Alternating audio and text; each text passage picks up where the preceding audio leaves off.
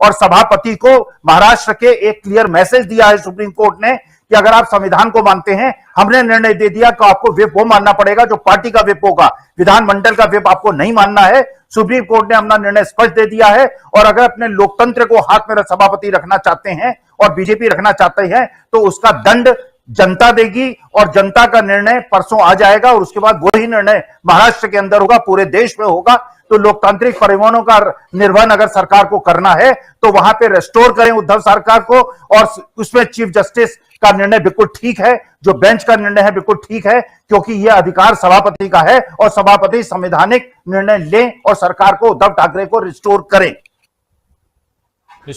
और ये जनता के निर्णय और कर्नाटक और परसों बहुत महत्वपूर्ण है। परसों का दिन इस लोकतंत्र के लिहाज से भी बहुत ही इम्पोर्टेंट डे और लोक पर्व है जैसा हम लोग कहते हैं, और उस लोक पर्व में किसकी जीत और किसकी हार होती है वो देखा जाएगा। लेकिन सबसे बड़ी बात कि सुप्रीम कोर्ट के 2 फैसले और उन फैसलों से क्या कुछ निकल के आ रहा है, और उसके साथ साथ जो चुनाव अभी मतदान संपन्न करवाए गए हैं कर्नाटक के, और उससे क्या कुछ निकल के आ रहा है। दोनों बातें पैरेलल चल रही हैं और उसी को समझने की और यहाँ विस्तार से समझने की हम कोशिश कर रहे हैं। राहुल गांधी क्या उभरते हुए नेता के रूप में 14 तारीख को और 13 तारीख को और भी ज्यादा मजबूती के साथ कहें तो वो एस्टैब्लिश होने जा रहे हैं? जरा समझना चाहता हूं। यहाँ स्टूडियो में हमारे साथ बने हुए हैं शकील अख्तर जी। शकील जी, आपसे समझना चाहता हूं, जो फैसले हैं, फैसले के पैरेलल जो लोकतंत्र है, संवैधानिक ढांचा और उसमें मतदान और एग्जिट पोल, जरा इसको मिला के अपनी बात रखिए। देखिए राजीव जी, आज जो फैसले हुए हैं वो बहुत स्पष्ट हैं। उसमें जैसा कि प्रशांत जी कह रहे थे, एक ही कमी, साहस का अभाव। जो कुछ माननीय उच्चतम न्यायालय को कहना था उन्होंने वो सब कह दिया, लेकिन जो करना था उसमें वो थोड़ा सा हिचक गए। देखिए, बड़ी स्पष्ट बात है। महाराष्ट्र में वो कहते हैं कि हम उद्धव ठाकरे सरकार को बहाल नहीं कर सकते। ओके, ठीक है, तकनीकी रूप से सब मानते हैं कि नहीं कर सकते, मगर आपको जो वर्तमान सरकार है, शिंदे की सरकार है, उसे निरस्त करने से, बर्खास्त करने से कौन रोक रहा था? जब आप कहते हैं कि सरकार असंवैधानिक है, राज्यपाल ने गलत किया, स्पीकर ने गलत किया, एकनाथ शिंदे ने गलत किया, तो फिर वो सरकार जो है वो संवैधानिक कैसे हो सकती है, वो वैध कैसे हो सकती है? तो सरकार ही जब अपने आप में असंवैधानिक है तो वो स्वतः ही निरस्त हो जाती है। और आप देखिए कि पॉलिटिकली, राजनीतिक रूप से इसका बहुत बड़ा फायदा जो है वहां पे उद्धव ठाकरे को और बाकी जो गैर भाजपा दल है उन्हें मिलने वाला है। अब हर जगह यही चर्चा है कि ये सरकार काम कैसे कर सकती है। इसमें एक जो सबसे बड़ी बात है कि अभी भी स्पीकर के पास बहुत सारी याचिकाएं पेंडिंग पड़ी हुई हैं इस मामले को लेकर, जिनका उन्हें फैसला करना है। लेकिन आज जो इस मामले को सिंघवी ने लड़ा है सुप्रीम कोर्ट में, उन्होंने बताया कि हमें लगता है कि उन फैसले को ये लोग पेंडिंग डाले रहेंगे, और थोड़ा कड़े शब्दों का प्रयोग उन्होंने करते हुए कहा कि बीजेपी की ये टेंडेंसी है, ये प्रवृत्ति है कि वो इस तरह चीजों को लटका के संविधान को और लोकतंत्र को कमजोर करती है, और वो करेगी। लेकिन इसको आप चाहे जितना पेंडिंग करें, स्पीकर इन पे फैसला न, राजनीतिक रूप से जो कुछ होना था, उद्धव ठाकरे को जो फायदा मिलना था वो मिल गया। दूसरी बात, दिल्ली का फैसला। देखिए, दिल्ली में ये जो आज फैसला आया है सुप्रीम कोर्ट का, ये इसलिए आया कि केंद्र सरकार अपने उपराज्यपाल के जरिए लगातार इतना परेशान कर रही थी एक चुनी हुई सरकार को, हर कदम पे काम करने को रोक रही थी, कि सुप्रीम कोर्ट को ये कहना पड़ा जो दिल्ली की स्थिति है वो दूसरे शासित राज्यों की तरह नहीं है। ये बात पता नहीं लोग समझते हैं कि नहीं समझते। वो सिर्फ मात्र राज्य है देश का जिसको संविधान के अधिकार मिले हुए हैं, दिल्ली को, ऐसा अन्य राज्यों के साथ। और यहां पे आप देखिए कि तीन सरकार, एक सरकार सबसे पहले रही भाजपा की, उसके बाद रही शीला दीक्षित की, और उसके बाद रही आपकी जो है आज। लेकिन केंद्र में जो भी सरकार रही, इससे पहले जो भी प्रधानमंत्री रहे, वो दो ही रहे, वाजपेयी और मनमोहन सिंह, और तीसरे मोदी जी हैं। उन दोनों ने कभी तीनों के काम में कोई बाधा नहीं डाली। क्यों? क्योंकि दिल्ली बनी ही इसी तरह की है। आज अगर इसी तरह से केंद्र सरकार लगातार इंटरफेयर करती रहेगी, लगातार राज्य सरकार को परेशान करती रहेगी, तो आप देखिए वो दिन दूर नहीं है कि जब इसको पूर्ण राज्य का दर्जा देने की मांग इतनी गंभीर हो जाएगी, केंद्र सरकार को मुश्किल पड़ जाएगी। सब जानते हैं कि ये देश की राजधानी है, इसको अपने अधिकार मिलना चाहिए। जैसे कि मदन लाल खुराना को मिले हुए थे, शीला दीक्षित को मिले हुए थे, और कुछ समय के लिए केजरीवाल को भी मिले हुए थे मनमोहन सिंह के टाइम में। वही सब अपना काम करते हैं अच्छी तरह, कोई लड़ाई नहीं, कोई झगड़ा नहीं, कोई वो नहीं होता। लेकिन जब आप ये सब करते हैं तो एक बड़ी गंभीर समस्या पैदा हो जाती है, संवैधानिक समस्या पैदा हो जाती है, और उस समस्या को आज इन्होंने पैदा कर दिया। आज उपराज्यपाल के लिए जो जो शब्द कहे गए हैं वो बड़े अशोभनीय हैं। उपराज्यपाल जबरदस्ती एक ऐसे मोहरे बन गए हैं जो उन्हें बनना नहीं चाहिए था। इसी तरह महाराष्ट्र के अंदर तो ये बड़ा क्लियर हो गया कि ये सरकार ही अब असंवैधानिक है। लेकिन चूंकि उसको बर्खास्त नहीं किया, और नैतिकता का लोग सवाल कर रहे हैं, नैतिकता तो है नहीं उनमें, नैतिक रूप से कायदे से, उसके बाद एकनाथ शिंदे को इस्तीफा देके वो चुनाव में जाना चाहिए। जी राजीव जी, एकनाथ शिंदे को इस्तीफा देके चुनाव में जाना चाहिए था आप कह रहे हैं, लेकिन क्या इतनी नैतिकता बची? अगर इतनी नैतिकता होती तो फिर शायद एकनाथ शिंदे बगावत ही नहीं करते। लेकिन यहाँ तो मामला ही कुछ और है, और सत्ता की कुर्सी से चिपके रहना है। और लेकिन जनता है जो सब कुछ जानती है, सब कुछ, तमाम बातें, जैसे प्रशांत टंडन जी भी कह रहे थे, तो उनकी बातों से भी सहमति जताते हुए, और प्रोफेसर अखिल स्वामी जी जो बात कह रहे थे उनकी बातों में भी दम है, उनकी बातों पे भी सहमति जताता हूं, और साथ साथ आप जो कह रहे हैं उसमें भी सहमति है। मतलब हर तरह से देखा जाए तो बात नैतिकता, बात नीयत की आती है, और वही हम लिख रहे हैं, बीजेपी की नीयत पर सवाल, क्योंकि यहीं से जो नैतिकता और नीयत की बात आती है, वो जो है कहीं ना कहीं जनता के दरबार तक आपको लेके जाती है, और जनता के दरबार में आप के सामने दूध का दूध और पानी का पानी हो जाएगा। आज की तारीख में अगर चुनाव हो जाए तो ये तय मानिए कि शिंदे साहब कहाँ रहेंगे और उद्धव ठाकरे कहाँ रहेंगे, ये आज से दिखाई दे रहा है। तो जनता जो है वो सब कुछ देख रही है, और यही तो उद्धव ठाकरे कह भी रहे थे, जो उनकी बात अभी सामने हम आपके सामने ला भी रहे थे। आना चाहता हूं विजय शंकर सिंह जी आपके पास, किस रूप में आप देखते हैं इस पूरे घटनाक्रम को, और फिर इसके बाद हम बढ़ेंगे आगे और कर्नाटक की चर्चा भी करेंगे। लेकिन पहले इसकी चर्चा करना लाजमी है, क्योंकि आज के दिन का सबसे बड़ा जो है, अगर वो देखें तो बड़ी खबर यही है, सबसे बड़ा घटनाक्रमों में अगर देखा जाए तो यही है। क्या कहते हैं इसको, आप किस ढंग से देखते हैं? जी जी नमस्कार। आज जो दो फैसले आए हैं, सबसे पहले तो फैसला सुप्रीम कोर्ट का आया है इस मामले पर कि सेना में जो विभाजन का जो दो गुट है, वो उस पर सुप्रीम कोर्ट का क्या फैसला है ये उसमें बताया।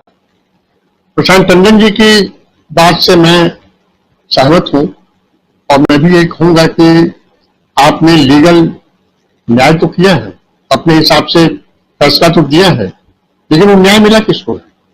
कानूनी स्थिति आपको बिल्कुल सही है, लेकिन जब इस फैसले के बारे में मेरी एक सुप्रीम कोर्ट के वरिष्ठ वकील जो संविधान के मामलों के जानकार हैं और पुरानी मित्रता है, तो उनसे जब मैंने फोन किया, उनसे मैंने कहा कि आप मुझे समझा दें, और मैं उनसे इसलिए समझना चाहता था कि हो सकता है आपकी सवाल मुझसे करें, तो मैंने सोचा उनसे समझ लिया जाए।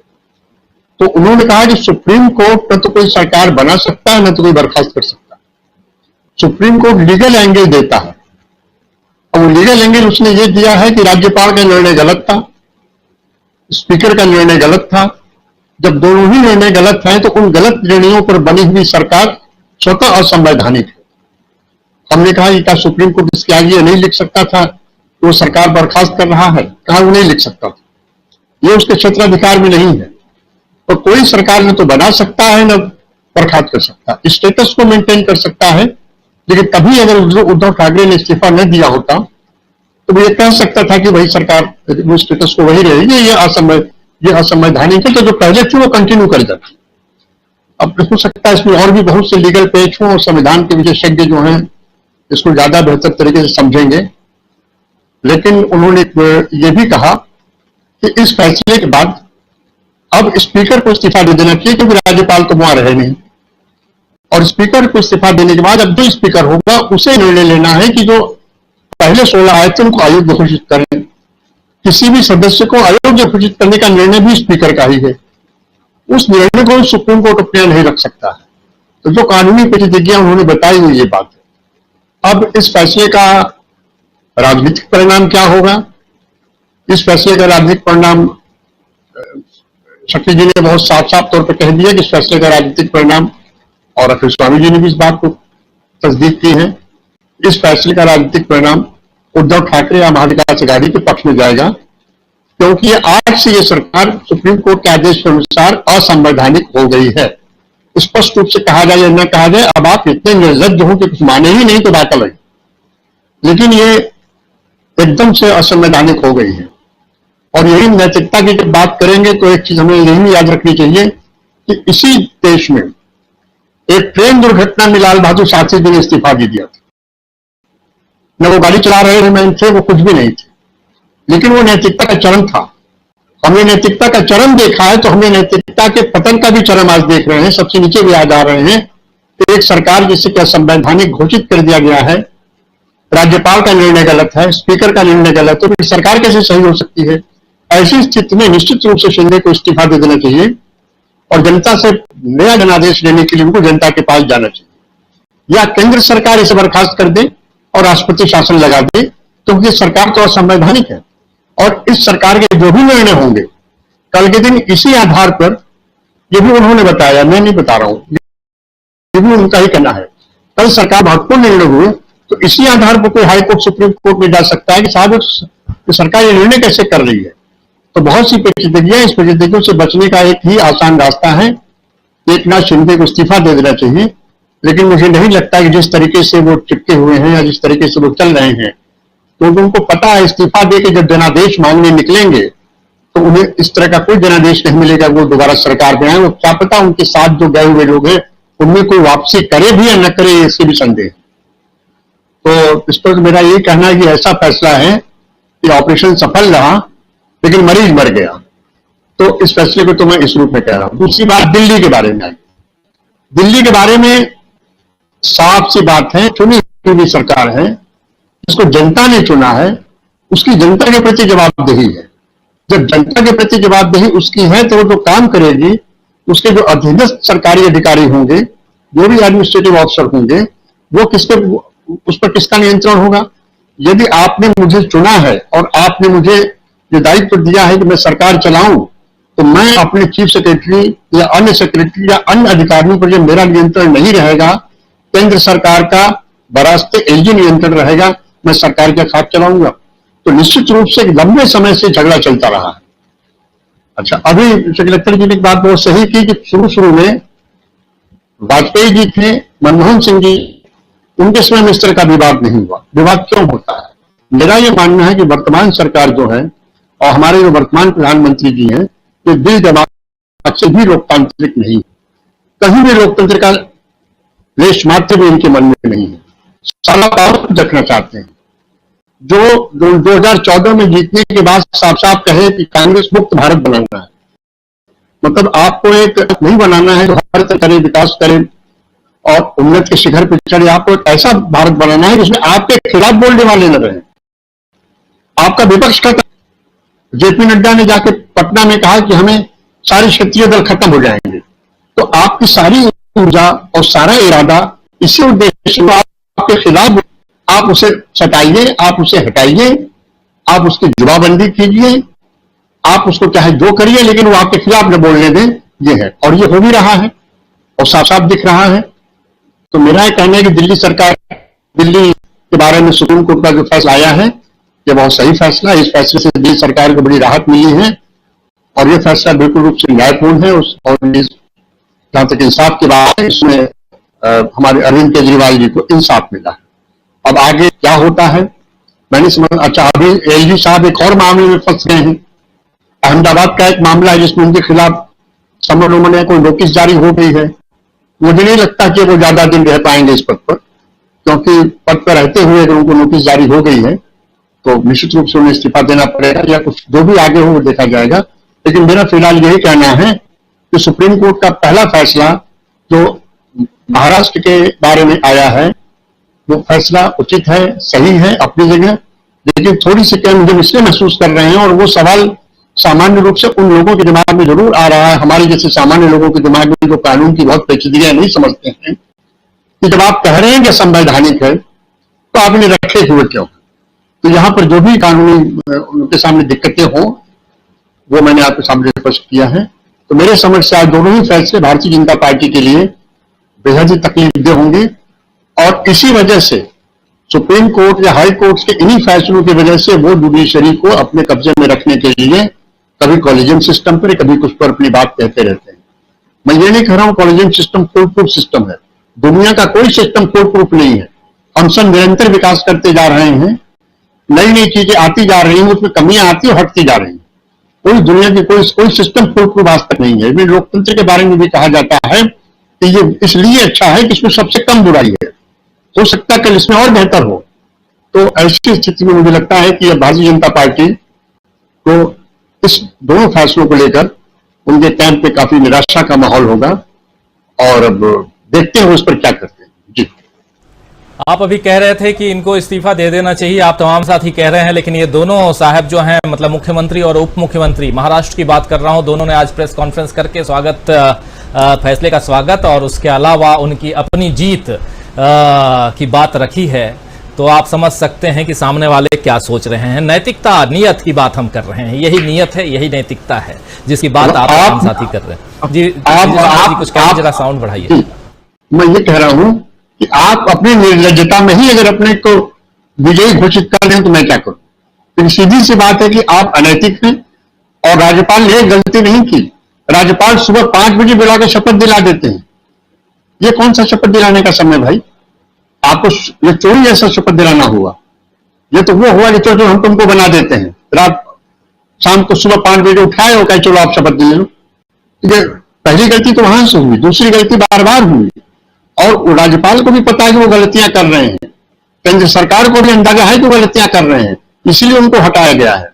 तो मेरा यही कहना है कि सुप्रीम कोर्ट का फैसला बिल्कुल ठीक है, और दोनों की गलतियां, सरकार असंवैधानिक है। अब आप निर्लज्जता से कुर्सी पर बैठे रहे तो मैं क्या करूं? बिल्कुल बिल्कुल, अगर आप इतने जो हो जाएं कि जनता को भी आप न माने, जिसके भरोसे आप वहां तक बैठे हैं, उस कुर्सी पर बैठे हैं, तो फिर कोई क्या कहे। लेकिन शायद 2 दिन पहले, कर्नाटक का रिजल्ट आने से 2 दिन पहले ये फैसला आना भी बहुत इंपॉर्टेंट है, क्योंकि आने वाले समय में पूर्ण बहुमत की सरकार आती हुई दिखाई तो दे रही है कांग्रेस की कर्नाटक में, लेकिन इन दोनों फैसलों से जो कुछ रेखाएं जो खींचने की कोशिश की हैं सुप्रीम कोर्ट ने, उन जो लक्ष्मण रेखा कह लें या कोई भी रेखा कह लें, उसको पार करने में बीजेपी को बहुत पसीने बहाने पड़ेंगे आने वाले समय में, ये तो तय मानिए।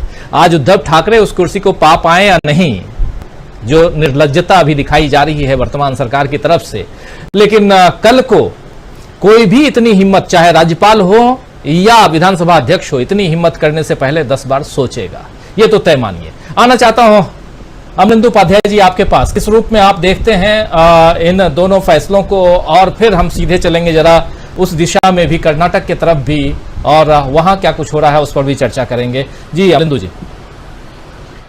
राजीव जी, जहां तक दिल्ली के फैसले का सवाल है, वो तो खैर फैसला स्पष्ट है और साफ समझ में आता है कि फैसले में